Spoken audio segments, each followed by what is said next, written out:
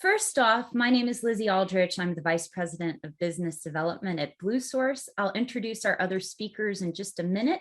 But first of all, what we're going to be covering today. So I'll tell you a bit about background on Bluesource and element markets who recently merged. I'll tell you about what we're going to talk about to set the framework. We'll talk about carbon neutrality versus net zero goals, what they mean, what those terms mean, and how removals and avoided emissions play a role in those terms. We'll then dive into the SBTI net zero guidance and how removals are used within that guidance. And then we're pleased to present you with some research that we've done in-house on the supply and demand of removals worldwide, as well as the registry evaluation of removals and how various standards and public registries have begun to break out those removals and provide a tag for them, which is a very recent development. And we're pleased to say that the Bluesource Elk and Boone improved forest management projects in Kentucky were the first two projects worldwide to get those removal tags just a few weeks ago on ACR. So with that, we'll then go into, I'm sure, a lively Q&A session. And so hold your questions, and there's a Q&A function at the top that you can put those into in Zoom, and please direct them to the conference organizers, and we'll be sure to try to get to all those questions. So with that, I've already told you who I am. We do run webinar series for educational purposes periodically, usually about quarterly. You can find all of our archived website, archived webinars on the website under bluesource.com/webinars. And I think you'll find them very useful if you're new to the voluntary markets. We also hold a quarterly buyers webinar, and those are not recorded or archived, but we hope you can join us live at our next webinar, which should be in about 3 months. We just had a webinar about 2 weeks ago. So our next speaker is Ben Massey, Vice President of Environmental Markets. He has a long history in carbon. And Ben is actually with us today from another conference that he's speaking at, CEBA, the Clean Energy Buyers Association in Detroit. And we're so pleased he can join us. He's found a quiet space where he can speak. And Ben will be talking to us about the supply and demand of removals. We also have Kurt Kraftful from ACR, and he is Director of Forestry there. He is responsible for overseeing the forestry project listing, registration, verification, and offset issuance there. He provides technical support to forest project stakeholders and manages the development and approval of new land use and forestry methodologies. Kurt also has been in the space for a really long time. He worked at Mississippi State and Southern Illinois universities, and he conducted research related to forest carbon dynamics, as well as soil biogeochemistry, the effects of disturbance on forest ecosystems. He's published many peer-reviewed articles and publications, and he's worked in forest really all over the country, so a variety of different types of forest with both private and public entities. He holds his PhD in forest management from Mississippi State University. So we're really pleased to have Kurt join us, since ACR pioneered the way for the removals tag and the creation of a separation of the methodology for removals under ACR. So with that, we'll get started and really dive into the content.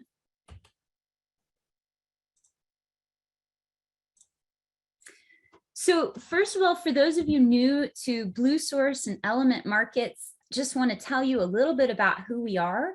About 2 months ago, Bluesource and element markets merged, and both of us have been in the environmental field for about 20 years. So we both have a long history in this space.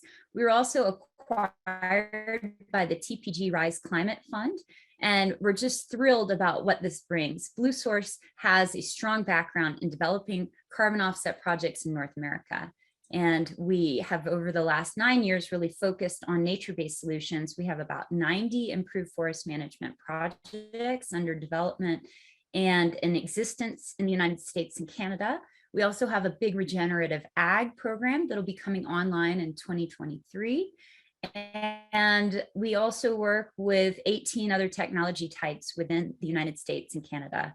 Element Markets has a huge international portfolio of offsets, as well as a large landfill gas and HFC mitigation business in the United States. So we really are very complementary to each other, and just thrilled to also have the capacity within Element Markets for their RNG business. Bluesource started an RNG, renewable natural gas business, about 9 years ago. Element has a very mature renewable natural gas business, and together they are doing incredible things. You can see the stats related to the number of decatherms per day of RNG production that we have under contract. We match producers and consumers of renewable natural gas and handle offtake agreements. We work within renewable energy credit markets worldwide, within the United States as well. And we really meet clients at any place along their journey to reduce greenhouse gas emissions. We provide advisory services, doing greenhouse gas footprinting, net zero strategy. And then if clients are interested in procuring instruments to reduce their greenhouse gas emissions, we can provide them with offsets that we've developed or procured from other developers, RINs, RECs, as well as RTCs. So we can do a lot of different things to help clients reduce their greenhouse gas emissions from external sources, and consider internal sources as well. We're also an innovator. We have a really interesting JV that we formed with Oak Hill Advisors to acquire forest land that would otherwise be aggressively harvested. And instead, we're managing that for carbon sequestration. That's a $500 million JV that we recently closed in the fall of 2021. Very excited about that. We've also pioneered the field of pneumatic valve controller replacements in Alberta, reducing fugitive methane emissions from wellheads all across Alberta. So if it's something within the realm of greenhouse gas mitigation, chances are Bluesource and Element Markets are at the forefront of helping promote that market, move it forward, and provide financing for it. So here's some of our services I've mentioned: advisory, carbon offsets, energy attribute certificates known as RECs in the United States, and renewable natural gas. We really work with the companies at any stage in order to reduce their greenhouse gas emissions. The first piece of that is generally finding out what those emissions are, identifying internal reductions that can be economically made to reduce greenhouse gas emissions, and sourcing offsets or other types of instruments that may fall outside of the fence line when necessary. And then we can help communicate those steps that have been taken. We have direct access to our projects, since we in most cases develop the projects, so we can offer site visits, video, photos, and other information that is very specific to the project and can provide that client with the details about how the emission reductions offsite are occurring. Here are a few types of our projects that we work with. I've mentioned forestry. We also have grasslands projects, regenerative agriculture, landfill gas mitigation, household devices. In fact, we do have a spinoff called Paradigm Cook Stoves in Africa that is a really incredible project that allows people who traditionally cook with three-stone fires to have more efficient cook stoves, improving their indoor air quality and reducing deforestation. You can see some stats related to our projects on the bottom. And now I just want to, for a minute, talk about two of our project types: forestry and regenerative ag. These are two project types that we develop ourselves from start to finish. We identify the opportunity to make the reduction, and then we work with the landowner or project owner all the way to the completion of the project where carbon offsets are generated and sold. So we work with them on the quantification. We hire third-party auditors to come out on site, review the project. We work with the standards body to usher the project through the standards body. And once it's issued, we find a buyer for those credits. So I'm just going to talk about two of our project types that actually generate removals, since removals is the emphasis of this webinar. Forestry. So our improved forest management projects are projects that involve managing land for carbon sequestration rather than aggressive timber harvesting. And so on plots of land where a landowner could, by law, really aggressively harvest and extract that carbon from the forest, we're working with those landowners to reduce the logging on the land, and any reductions in logging can be credited with carbon offsets. And so there's two types of credits that are generated from this activity. There are those from the standing forest that remain standing as it's not cut down, and those are called avoided emissions or conservation VERs, verified emission reductions. And then over the lifetime of the project, be it 40 years under ACR or 100 years under CAR and VCS, the forest continues to grow. So as the trees that aren't cut down grow, they pull CO2 out of the atmosphere, and that's called a removal. And so these projects generate two types of credits, and that's really important. We'll be talking about the distinction of those and the very first methodology that ACR has put out that distinguishes between those removals and avoided emissions. We also have regenerative ag projects, and these will be coming on in 2023. And from these projects, you also generate two types of credits, avoided emissions as well as removals.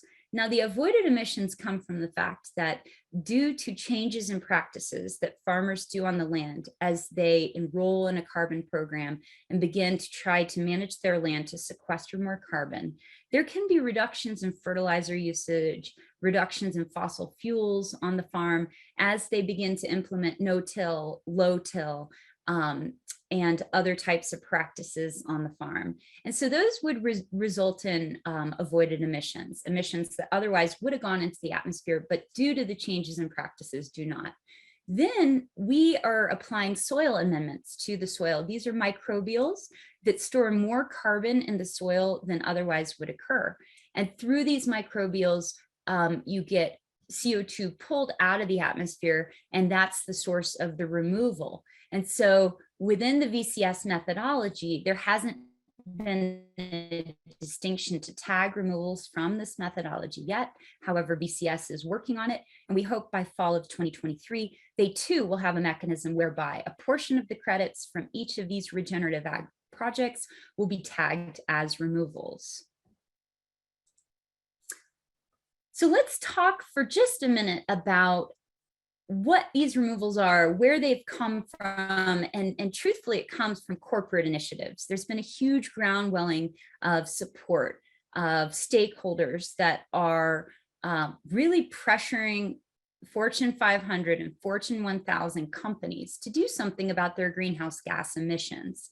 And so in that groundswelling and that pressure, there have been changes made by progressive corporates to try to address those concerns. And those corporates have gone about it traditionally with carbon neutrality claims.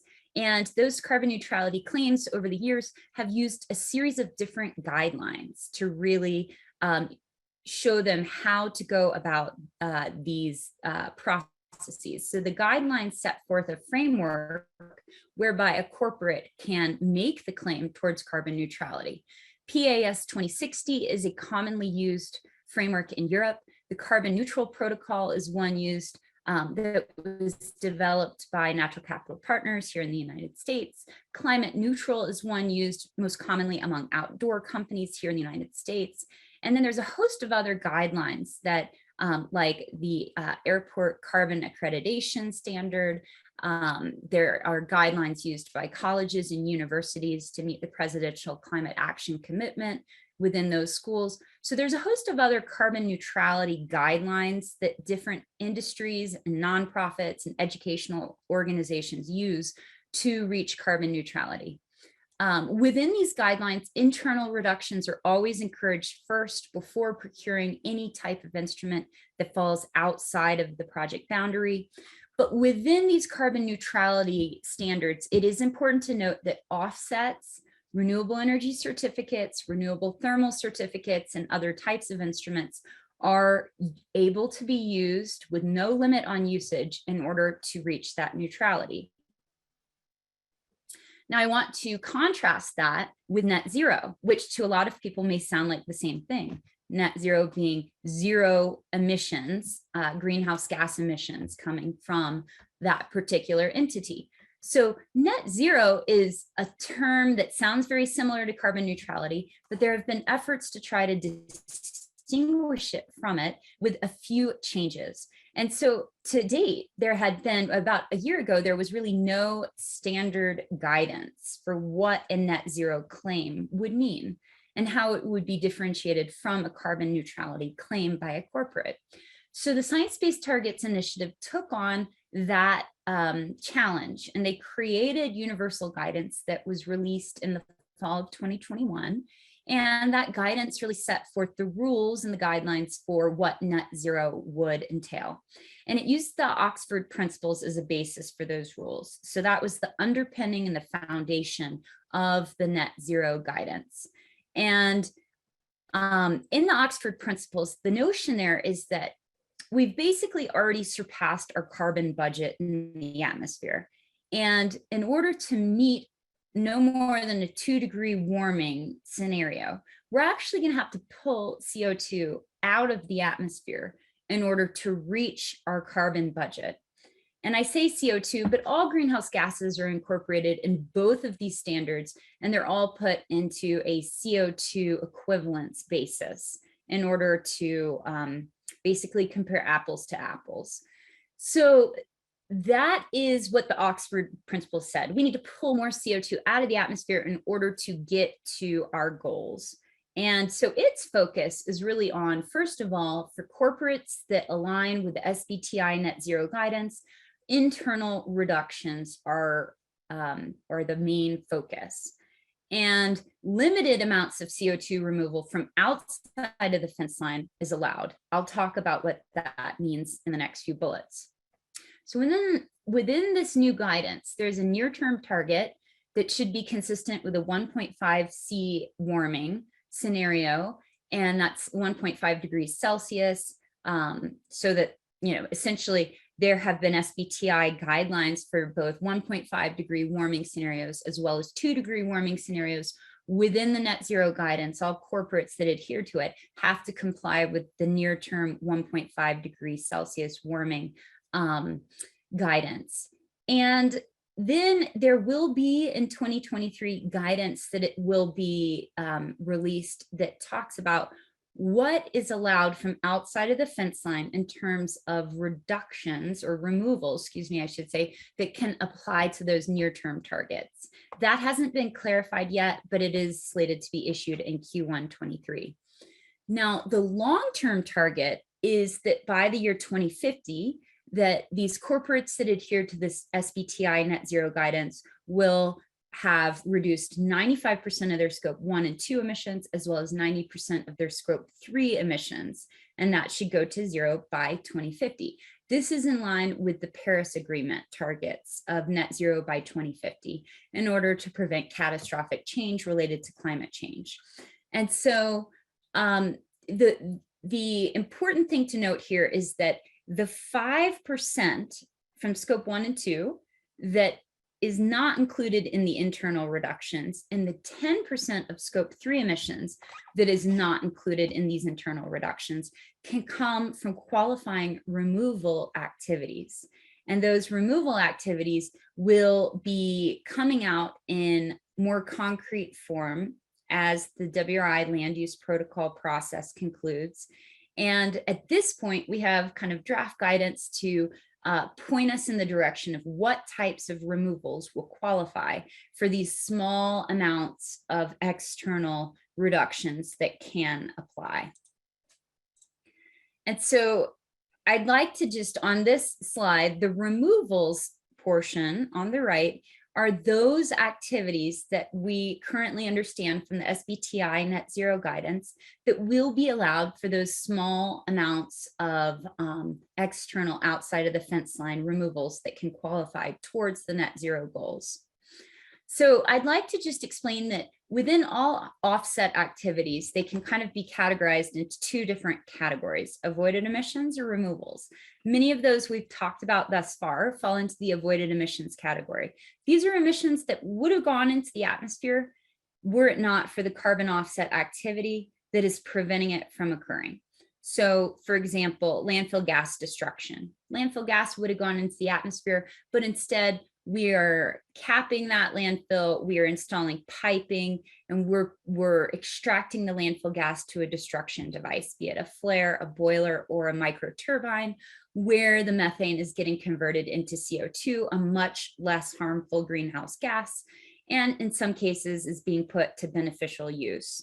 So that's one example of emissions that would have otherwise gone into the atmosphere, but instead we're reducing those emissions. You can see other examples in that category. Now, removals are activities that draw CO2 out of the atmosphere. So in this case, tree growth. As trees photosynthesize, they're pulling CO2 out of the atmosphere to make sugars for their own growth and for their own sustenance. That's an example of a removal of CO2 out of the atmosphere. Direct air capture and sequestration, using filters that can draw CO2 out of the air and then piping that CO2 to an underground permanent storage facility. Now that's obviously very expensive. This is an up and coming industry. We hope to see prices falling. Currently, we're seeing that direct air capture in the range of $300 to $600 per metric ton. There's mineralization of CO2 in rocks, where you crack rocks open in order to have CO2 from the atmosphere adhere to the minerals in those rocks. Again, a very energy intensive practice to crack rocks open. Hopefully we'll see advances in that industry as well. And that is not a comprehensive list, I should say. That those were just some examples. So I'd like to just give you a quick status of where the registries are. So the registries have recognized over the last year an increase in demand from corporates for just removals that can actually pull CO2 out of the atmosphere and qualify for these net zero goals. And so with these registries, these four major registries, ACR, VCS, CAR, and Gold Standard, you can see the status of where they are with that removal split. And I'm going to save the ACR details for Kurt to actually talk about when he has his slides, which are coming up just next. But I do want to mention that the other standards bodies are behind. So VCS, Gold Standard, and CAR likely will not have tagged removals on the registries until 2023. They're beginning this process right now. And I should mention that there are many different offset types that can create removals. And there's a process whereby either that methodology has to be revised or an addendum, an errata, something needs to be, a clarification needs to be issued, and then verifiers need to be trained in order to be able to verify the split of removals and the quantification of removals from a project. And then at the end of the day, the registry system, which has really proven to be probably the hardest and longest delay, the registry system needs to be able to show what those removals look like. And so I'd like to show you, we're really proud of this. This is a snapshot from the public registry under ACR that you can see everybody has access to. And if you were to get on there and search for the Boone and the Elk Improved Forest Management projects, you'll see, this is just Boone as an example, that this is what it looks like online.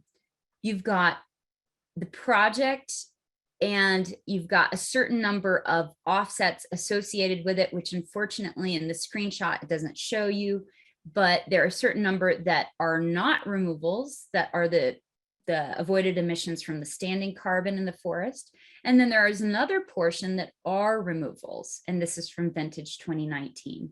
Same thing from vintage 2020 and 2021.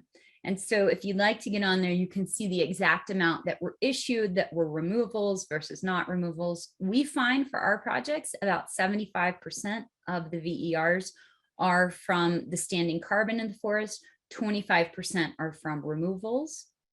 And if you're interested in these, you are welcome to contact us. We'd be happy to give you more details about pricing and availability if you're a serious buyer. And so we encourage you to do that. But with that, I'd really like to pass it over to Kurt, who has pioneered the way within ACR to be the first registry to tag these removals. And so with that, Kurt, thanks for joining us. Great, thanks, Lizzie. Appreciate the great background there. Sorry I can't join with video here. I'm having some technical difficulties, but But yeah, I'll just start off with a little bit of background on American Carbon Registry. ACR has been working in the carbon offset space since the 90s. We have a deep technical expertise gained from, working in the space for decades. We're a subsidiary of a larger nonprofit called Windrock International that does community development and sustainability projects throughout the world. And ACR works in both the voluntary and the compliance carbon offset space. We're an approved offset project registry under the California Air Resources Board, and also recently approved by ICAO to supply credits to the Corsia aviation market. We have about 15 methodologies that are used to create offsets under our program. So we developed this distinction for removals in our voluntary carbon program, really just for the sake of transparency to buyers and interested parties. The project benefits, I would like to stress, really haven't changed. They're now just further distinguished in response to market demand. And the removals tag is optional for relevant methodologies where that functionality is available. So, we think that the removals tag might be especially useful, as you mentioned, to folks interested in the Science-Based Target Initiative, the Integrity Council for Voluntary Carbon Market Goals, or maybe just, corporates or other buyers interested in certain types of carbon offsets in particular. This level of refinement hasn't really existed in the carbon market yet. And ACR is the only registry that's actually implemented this distinction to date. So yeah, we're really excited and proud of that milestone. So I think it's probably important to talk through kind of like our different methodologies. There's kind of like 3 buckets of project types that we have, that are relevant to removals. We have projects that generate all removals. That'd be like afforestation and reforestation, some carbon capture and storage, like direct air capture type of projects, and or other project types where avoided deforestation or basically credits associated with baseline aren't there. In that case, there's really not a need to differentiate with equations or verification. These are removals that are inherent, and they can be tagged if the project developer wishes to. There's also projects that generate all emissions reductions. This is a lot of our industrial methodologies, like the advanced refrigeration or destruction of ozone depleting substances. Projects that avoid or swap emissions from, say, high GWP to low GWP substances. Again, really no need to differentiate or tag. These are inherently emissions reductions. But what my slides kind of focus on today are the projects that are a mix of removals and emissions reductions. And improved forest management is kind of a prime example of that, and a project type that we're employing this at the moment. So our improved forest management for U.S. forest lands methodology allows for this distinction, but at the moment, and we expect potentially, some future functionality for some of our other methodologies, like our improved forest management in Canada, small landowner IFM methodology. We have an upcoming in development avoided conversion methodology, wetlands, other project types, it's possible to have this distinction, and we're considering that more. But if you're going to do this, I think it's important, you need to quantify it in a systematic, transparent, and science-based way. You need to have specific equations that are approved by the registry and that can be verified. And finally, you need to tag them in a public, transparent, and marketable way. You want to go to the next slide, Lizzie, please. So as of April 22, the credits issued under select ACR methodologies are able to be tagged. So the distinction here really is removals are carbon sequestration attributed to the with project scenario. This is biological growth and storage of carbon. Emissions reductions are defined as carbon sequestration attributed to the avoided emissions. Basically, these are credits attributed with baseline decline for these types of types of methodologies. And, you know, while we distinguish these attributes, you know, I think it's important to mention, you know, that emissions reductions are you know, fungible credits, you know, acceptable with you know, on the same par as removals. It's just how they're used and buyer preference. Next slide, please. So, and I you know, I think it'd be good to just quickly walk through an example here when we're talking about removals. You know, what that really is. In terms of improved forest management, I think this is probably, you know, one of the most scalable opportunities to really generate removals here. You have the way that the ACR IFM methodology works is you have your initial carbon stocks with this black dotted line at 0.0, and from there, the project scenario stocks and the baseline scenario stocks diverge. So the project scenario is just you're increasing stocks over time associated with having longer rotations, growing older and larger trees. The baseline scenario is an alternate management scenario that you know, that could happen in the absence of the project, and is you know, is likely to happen given, you know, all operability constraints and kind of more of a working forest NPV maximization scenario. So you have the light blue line there is the crediting baseline, and the gray line is the baseline stocks that fluctuate over time. And that kind of split vertical line there is a part of the methodology where the baseline emissions reductions are only credited until the long-term average of the baseline. So essentially what this means is that the emission reductions are only credited until the long-term average. It's a conservative way of crediting. And Lizzie, if you want to just click through like twice there, you can get the distinction here is that, you know, the removals are essentially the credits that are attributed to biological growth above the initial carbon stocks. The emission reductions are those attributed to the baseline, and we have, you know, specialized, we've developed, you know, special equations to distinguish those, and then the registry functionality to have the transparent. So yeah, the bottom line here is that emission reductions, removals, the distinction doesn't affect the number of total credits issued or their potential usage. You know, ACR doesn't specifically value, restrict, or limit their usage. It's simply transparency to buyers, you know. And second, I'd just like to say, you know, that IFM is an important source of removals.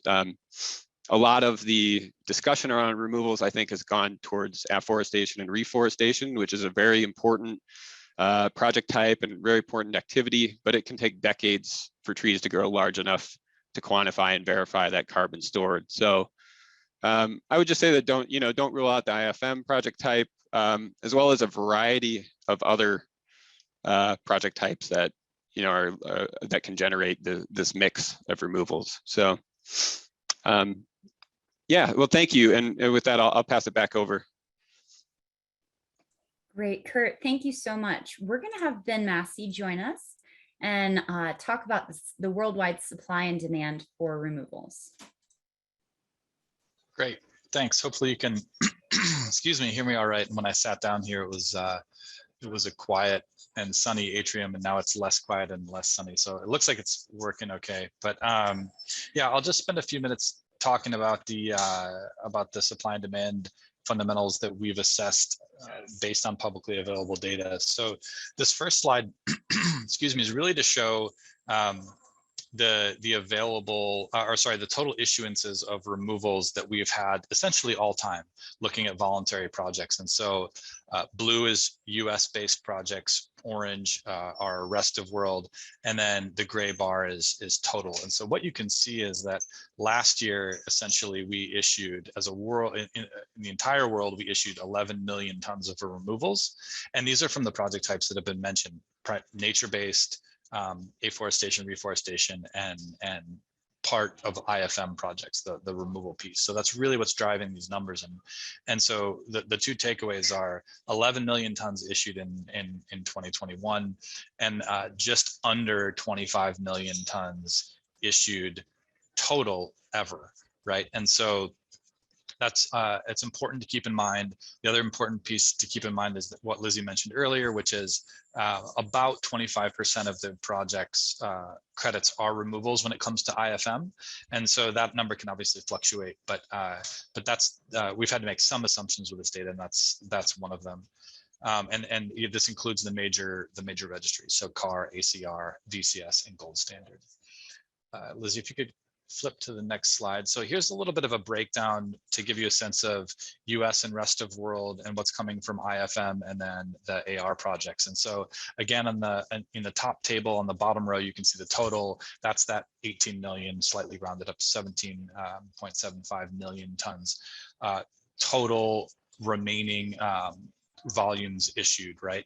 And then you can see what's really driving that so far has been afforestation, reforestation projects, with IFM being a small subset of that. Again, same caveats and assumptions that were made. Again,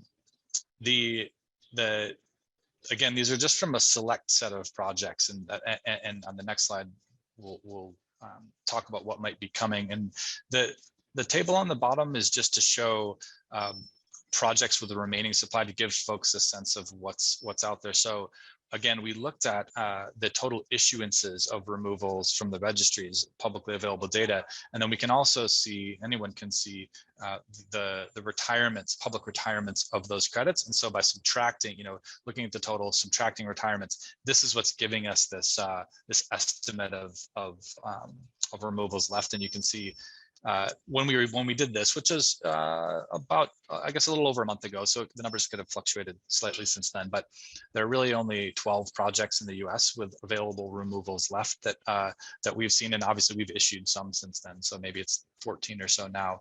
And the rest of the world, it's 53 projects.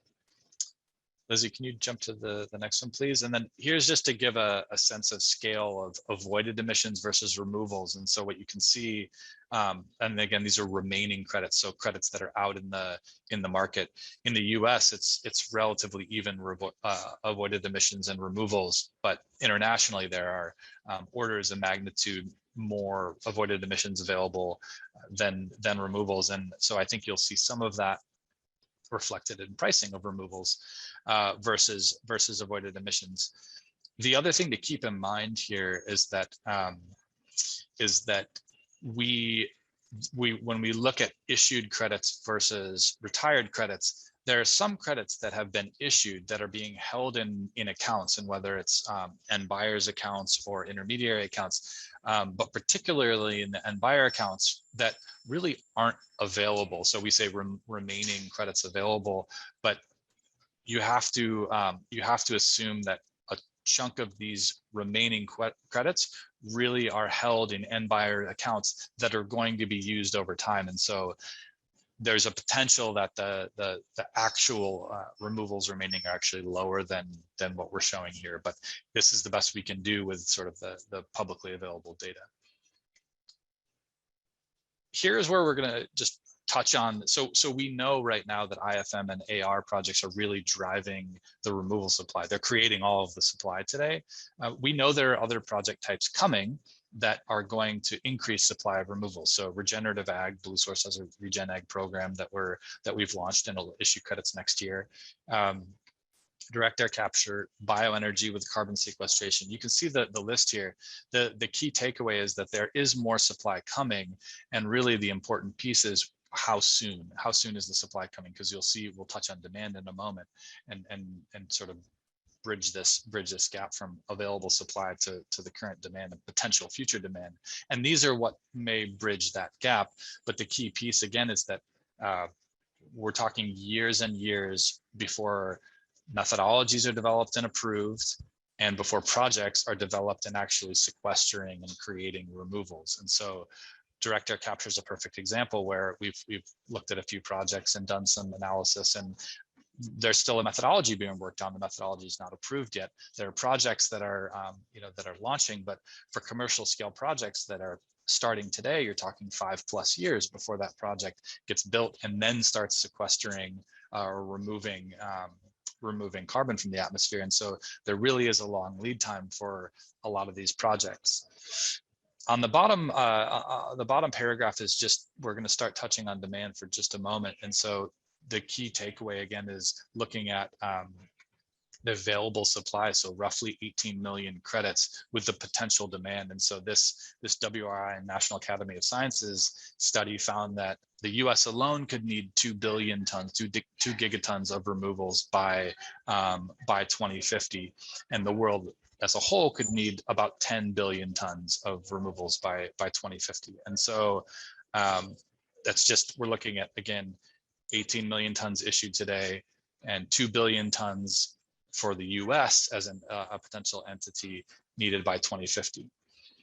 If you jump to the next slide, we did a little bit more analysis. Our team did a bit more of an analysis on SBTI, because what we found is that SBTI commitments are driving some of this removals demand. And so what we did is, there are, as of March of this year, there were 929 companies committed who had SBTI net zero goals. And so we looked at 20 of those larger companies, especially the ones that had, the larger ones also tended to have more, they had more transparent data and defined targets that we could assess. So we looked at 20 of the companies and we tried to assess, okay, based on their commitments and their targets, what volume of removals, what's the demand for removals they might represent if we extrapolated it to all of the SBTI companies. And so that's what the table, or sorry, the graph on the left is showing.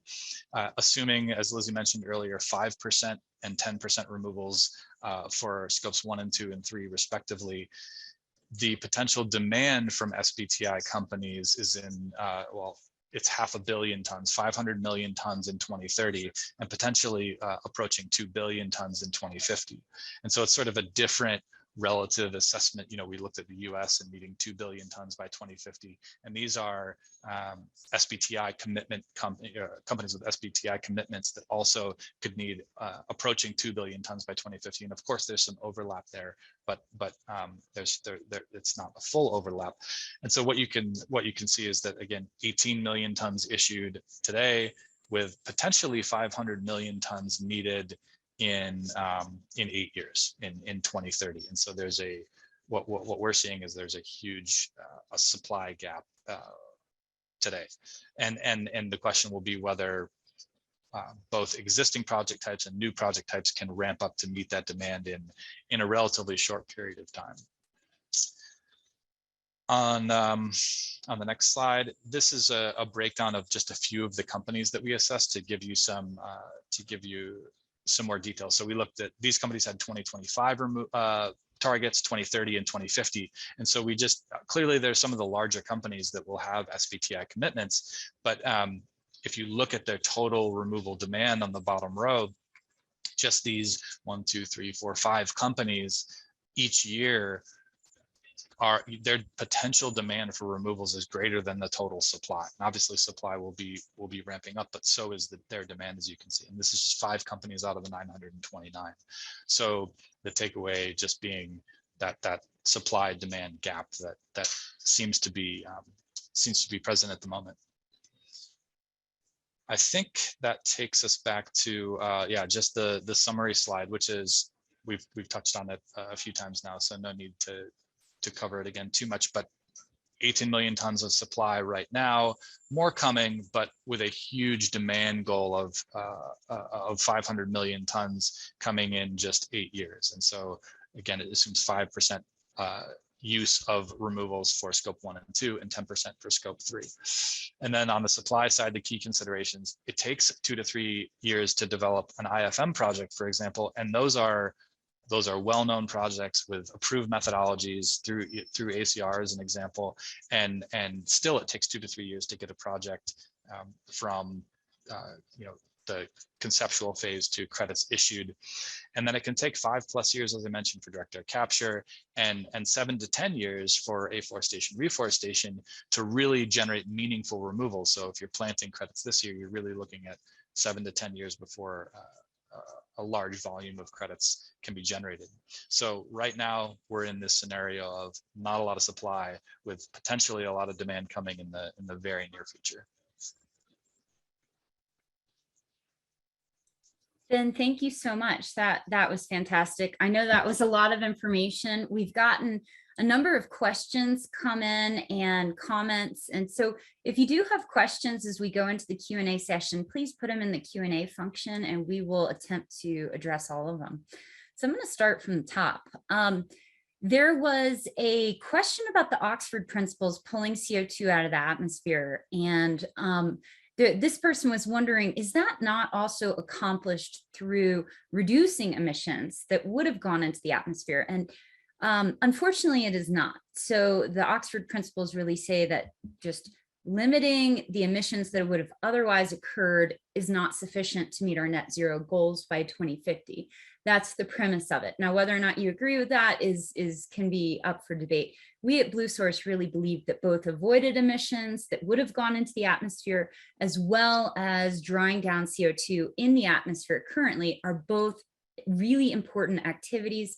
And we think, given the magnitude of the climate challenge, we need an all of the above approach. And so, you can read more about that if you Google it and pull those, and you can read more about why they put emphasis on those removals. But we do think that both are very important. And so we would encourage buyers to not just focus on those removals, but in fact support both. And especially if you think about forestry projects, the avoided emissions from the standing forest staying in place are really what provide a lot of those co-benefits of the project, or ancillary benefits outside of carbon, that involve habitat protection, watershed protection, nutrient cycling, recreational opportunities. None of those would exist were it not for the standing carbon in existence on the land, the forest actually being in place at the start of the project. And so we really think it's important to support both the removals and the avoided emissions.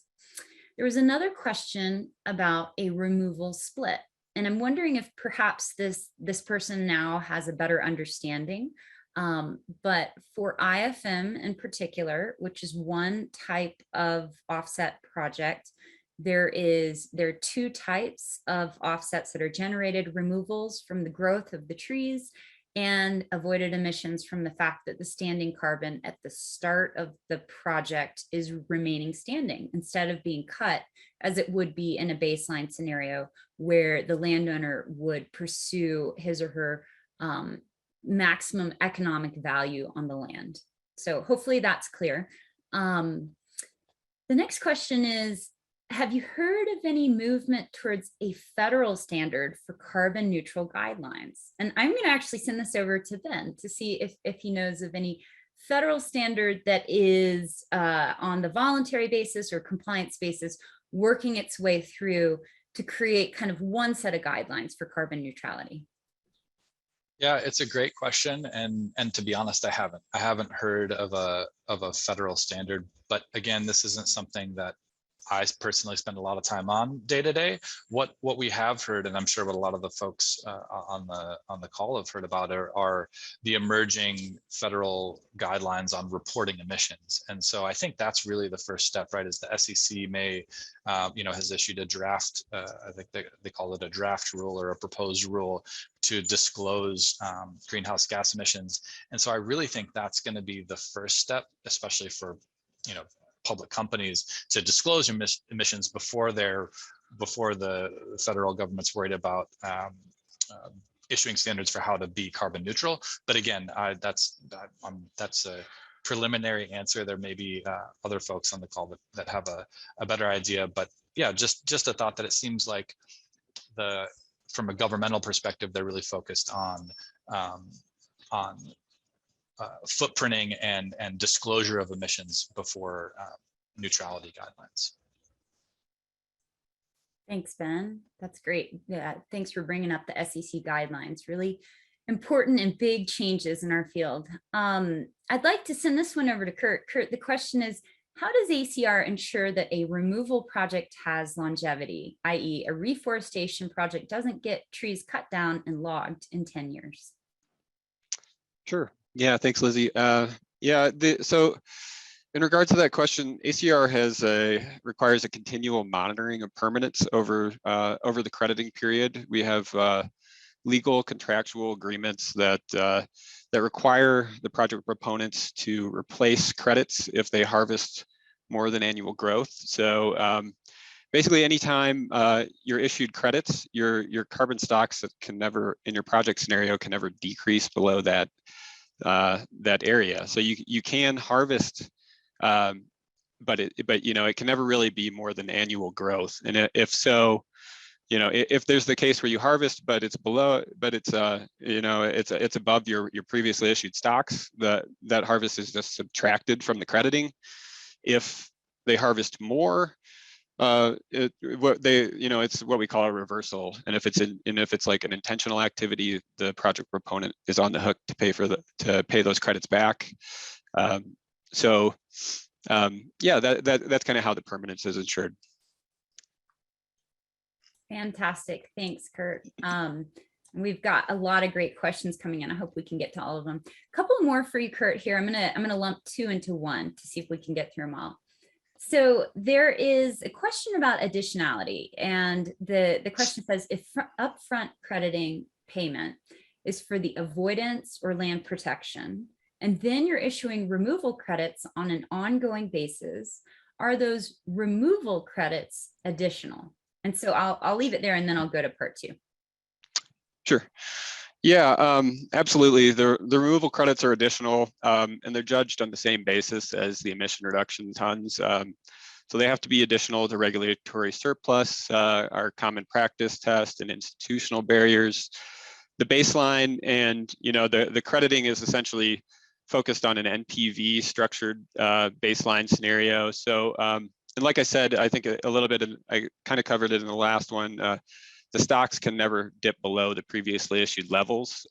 So you're always on a pretty major restriction in the amount of, by enrolling in these carbon projects, you're on a pretty major restriction that it affects the way you can manage your lands going forward. Like I said, it doesn't mean you can't cut. It doesn't, but basically,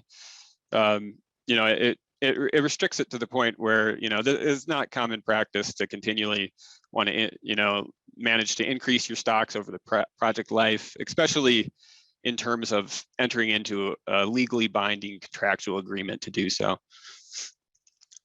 Great, thanks for that. And then the second part is, if biological tree growth of a project is only 1 to 2% each year, how are 25% of project removals? And so, and I do just want to preface Kurt's comments in that is a general break. It is very specific to every project. It's specific to the age of the trees at the beginning of the project lifetime, because we know that trees grow at different rates based on their age. So I'll pass it over to Kurt for more. Okay. Yeah.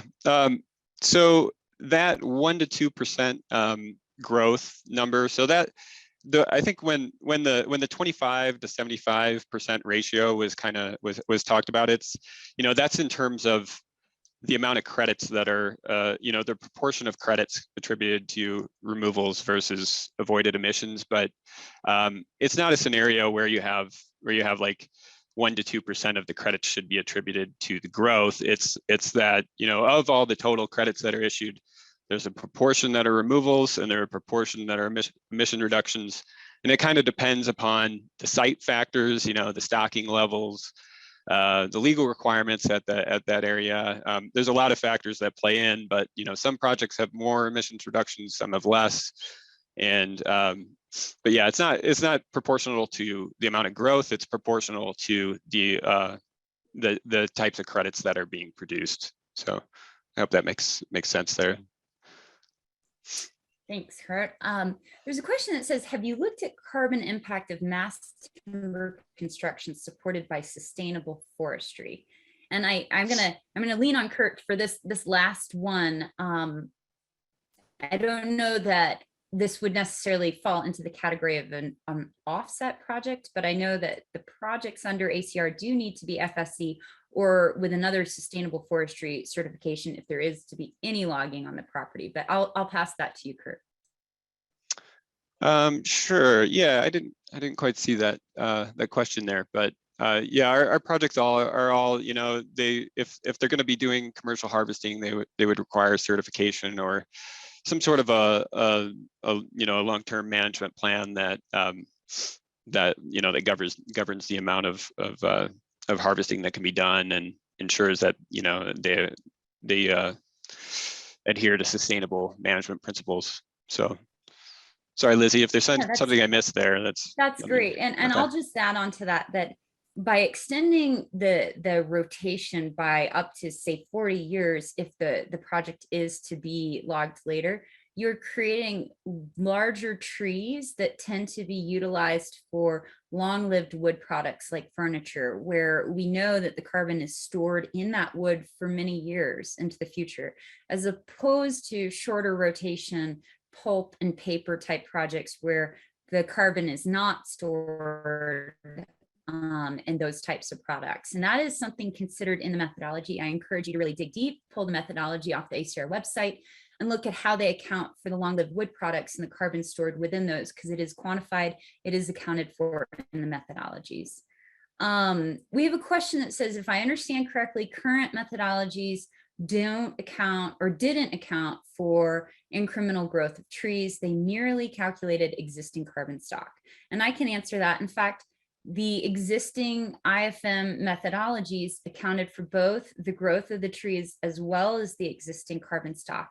But what wasn't split out is the actual percentage or portion of credits from the growth as well as the portion from the standing carbon.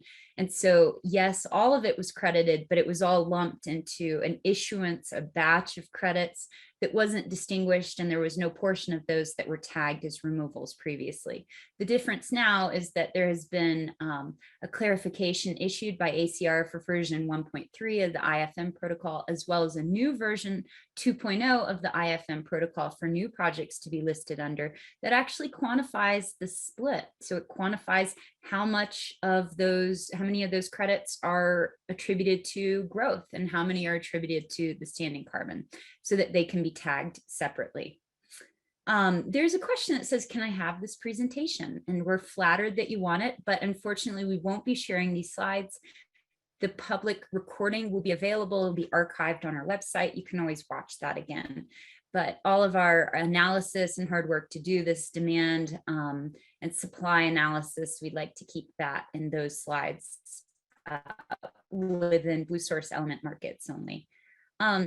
There's a question that says, what are the best sources providing ongoing information to stay educated on the rapidly evolving field of avoided emissions and removals? And that is a great question. This is happening very quickly. We at Bluesource and element markets are keeping a really close eye on it. We've produced a removals primer that you're welcome to download off of our website. It was also available from our newsletter that went out last week. But I would say there's a number of different news outlets that cover carbon markets: Opus, Argus, Carbon Pulse, and I encourage you to become a subscribing member, or at least at a minimum get the free daily briefings available from those to try to track the developments in this particular subset of carbon markets. Okay, I know that we are at time. I think I'd like to try to take 2 more questions if we can, and we understand if people need to drop off, but this is a very hot topic. And so I do want to just make sure we can try to address as many questions as possible. When you look at some of the emerging removal technologies like direct air capture, do you have any estimates for what might make up a larger share of removals by 2050? Or is it too early to tell? Ben, do you want to take that one? Yeah, it's a short answer. We haven't done a ton of analysis to see to try to forecast what each of those could provide. We do know that regenerative ag is an example, because we have a regenerative ag program. We do know that regenerative ag could be a potentially large source of supply for removals.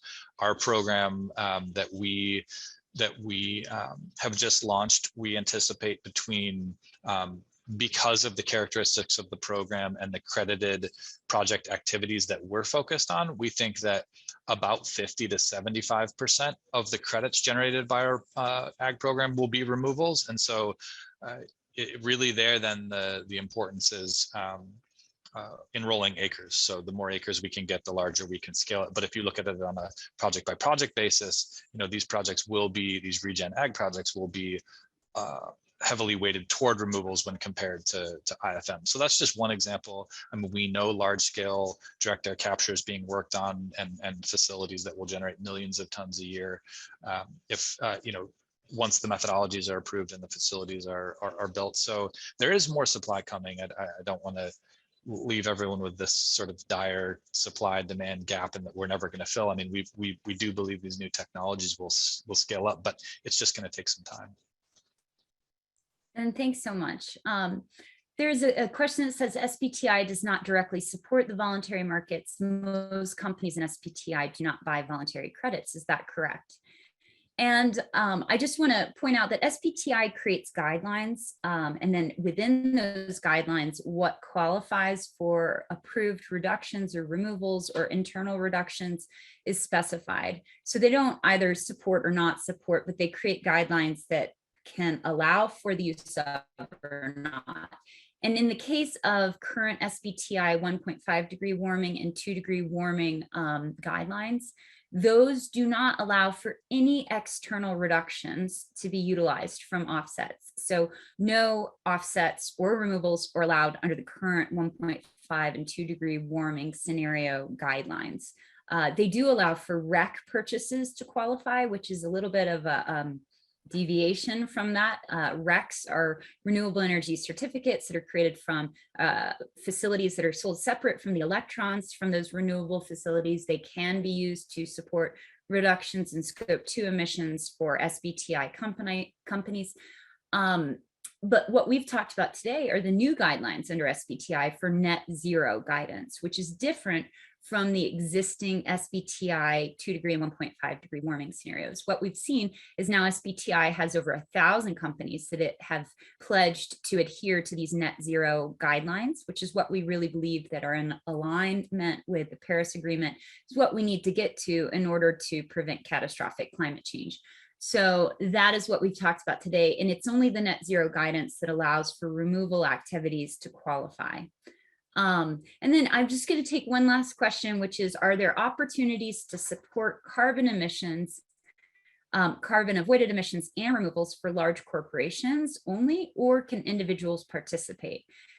And I'd just like to say that we do have the opportunity for individuals to participate. If you'd like to buy a small number of removals or avoided emissions, contact me and we can support you with that. We tend to do bespoke transactions for only large transactions only, and those would be if you need the credits retired in your name or transferred to your account.